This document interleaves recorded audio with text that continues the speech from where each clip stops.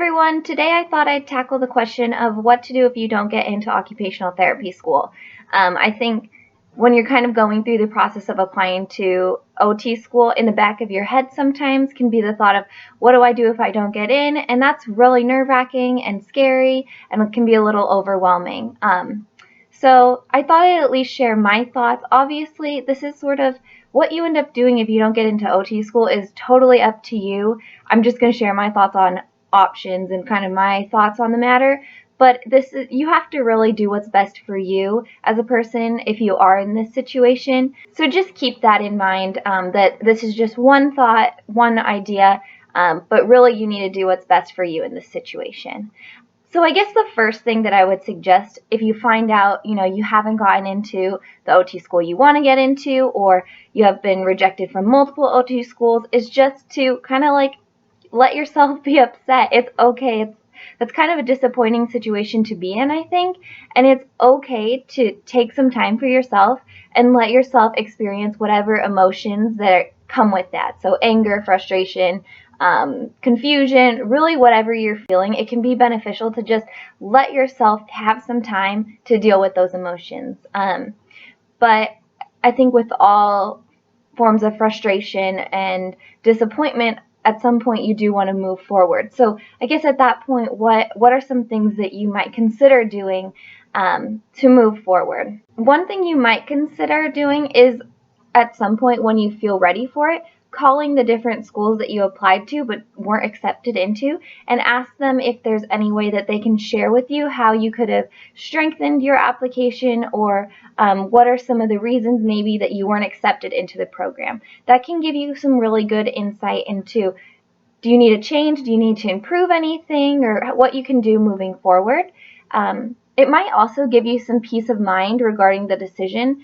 I know I applied to schools quite a bit ago, but I remember when I was applying, hearing that some schools really give preference to in-state students, or might give preference to the students that went to their undergrad, and so there might be a more limited number of spots available than you might realize. Like, they might have a class size of 20, however, if they normally take 5 to 10 from their university, that only leaves 10 to 15 spots. So you might be competing for a smaller number of spots than you realized. So learning some of those details might be really helpful and beneficial to making you just feel a little bit better and have some more peace of mind. Another thing I might do, depending on what time of year it is see if there are any opportunities to still apply to schools for the year that you're applying for. So for example, let's say it's beginning of December, or sometime in the winter, and you're finding out that you've been rejected from a couple of schools. It might be a smart idea to look and see, are there still schools that you might be interested in and that are realistic for you to apply to, that are still accepting applications for the coming year. That way you're not having to wait an entire another year to apply.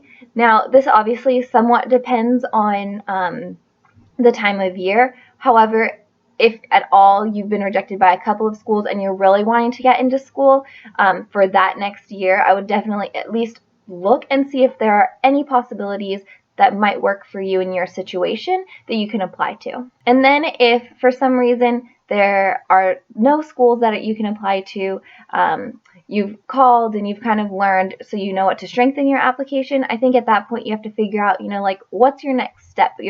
It sounds like you won't be able to apply for this coming year, so do you want to reapply again in a year? Would you rather choose a different path? Really, what's best for you? And I think there's a number of paths you can go with, and I'm not saying any one is more right than another. It really just depends on your situation.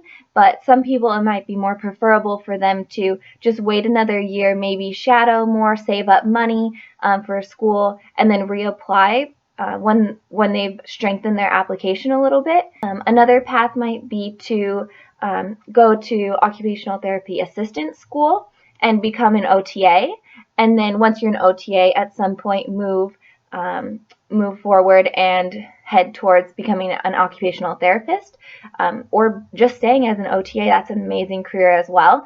So that's another path. And then another path would be to explore other careers and other opportunities. As far as which ones would be more applicable to you, that's obviously a very personal decision, and something that you would have to take into account your own interests and your own preferences and thoughts. There are a ton of healthcare careers out there that are amazing and have great people that you can look into. Even other therapies like physical therapy and speech therapy could be great alternatives. Or it doesn't even have to be healthcare at this point. Really, what interests you? What is going to get you excited? What do you want to do? And what are you hoping for? So finding out that you haven't been accepted into schools can be a really difficult thing to learn, but that doesn't have to be the end of the road. And so hopefully some of these different paths or alternatives might work for you. Let me know your thoughts and your opinions in the comments below. Have a great day. Bye.